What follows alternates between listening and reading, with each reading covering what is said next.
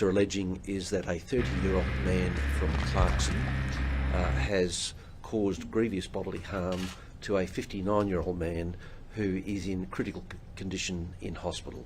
The 30-year-old man will be appearing in the Joondalup court this morning. Police are... Fiona. Good morning, everyone, and thank you for coming here today. Yesterday we announced new public health rules would kick in from 6 p.m. last night. Thank you to everyone in the community for listening to the health advice and following the directions. On my way home yesterday afternoon, I noticed people were already doing the right thing and putting their masks on. Yet again, the response from Western Australians has been world class. I acknowledge many Western Australians would prefer to not be wearing masks in indoor public venues across the festive season, especially when it's so hot, me included. But the direction is based on health advice, is to keep us safe from any potential risk. And therefore it is necessary, at least until we know more about any potential spread.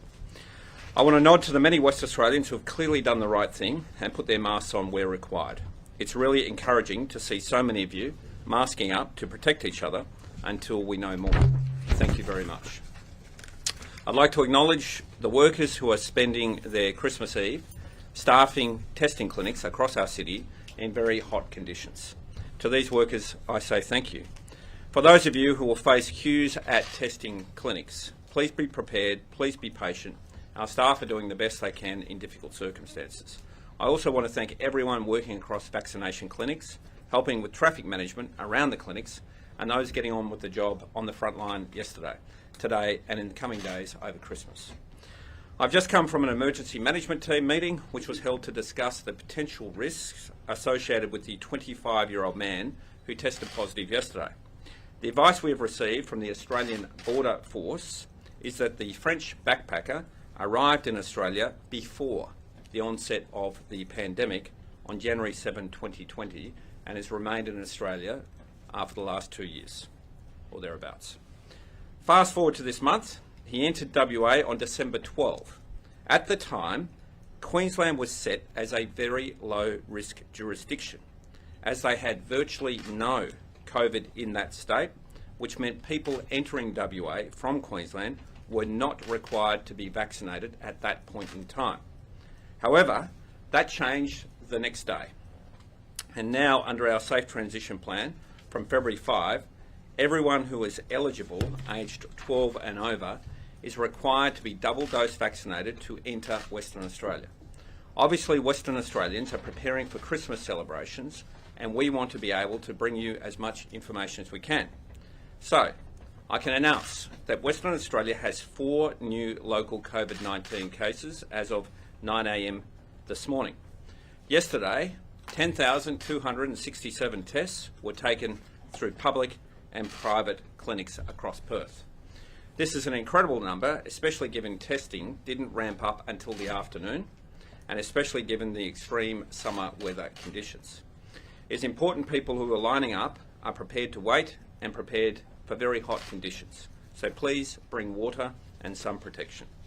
Clinics were scaled up yesterday and stayed open until 10 p.m. last night. They will keep operating throughout Christmas and Boxing Day.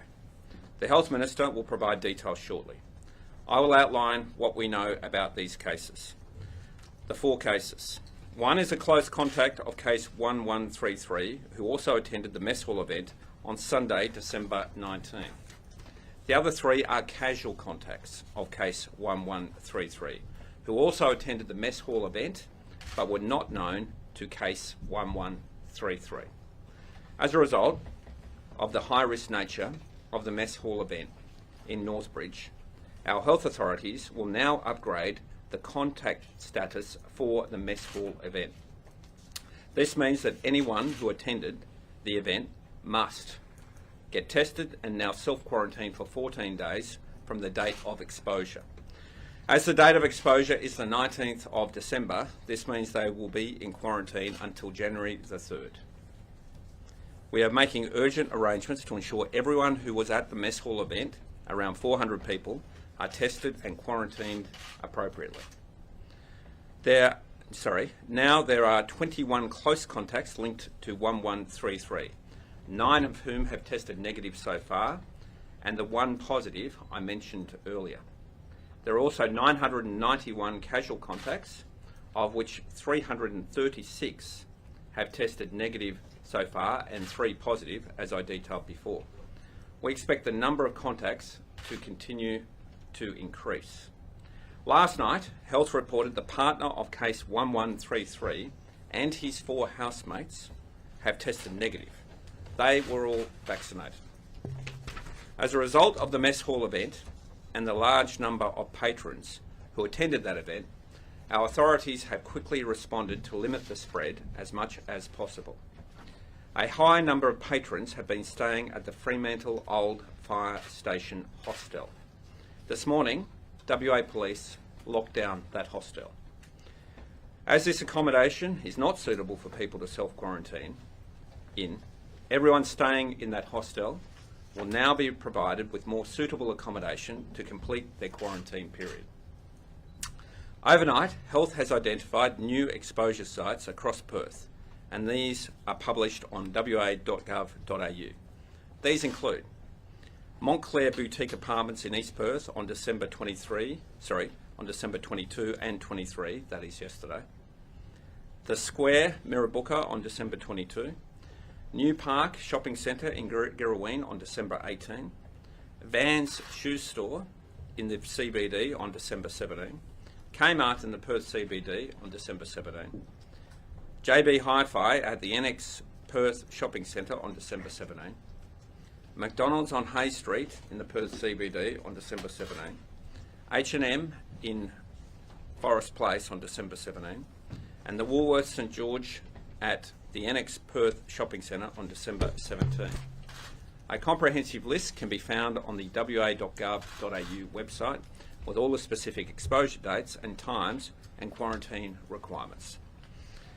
Please familiarise yourself with these sites, which are updated as our contact tracers keep working and interviewing people to get the latest information. As I said yesterday, I know public health rules are not the news we wanted to hear just before Christmas, but they are necessary to keep us safe and minimise any potential community spread of the virus, which would have far worse consequences. Now, with the detection of these new cases and the big number of tests are underway, more positive cases are expected, especially as we're still in the infectious period from the exposure date. Therefore, from 6 p.m. tonight, we will introduce an additional public health rule. For all licensed hospitality venues, seated service only will be permitted. This is on top of our public health rules we introduced yesterday, including mask wearing, the dancing ban except at weddings, and the closure of high-risk entertainment venues and large-scale events.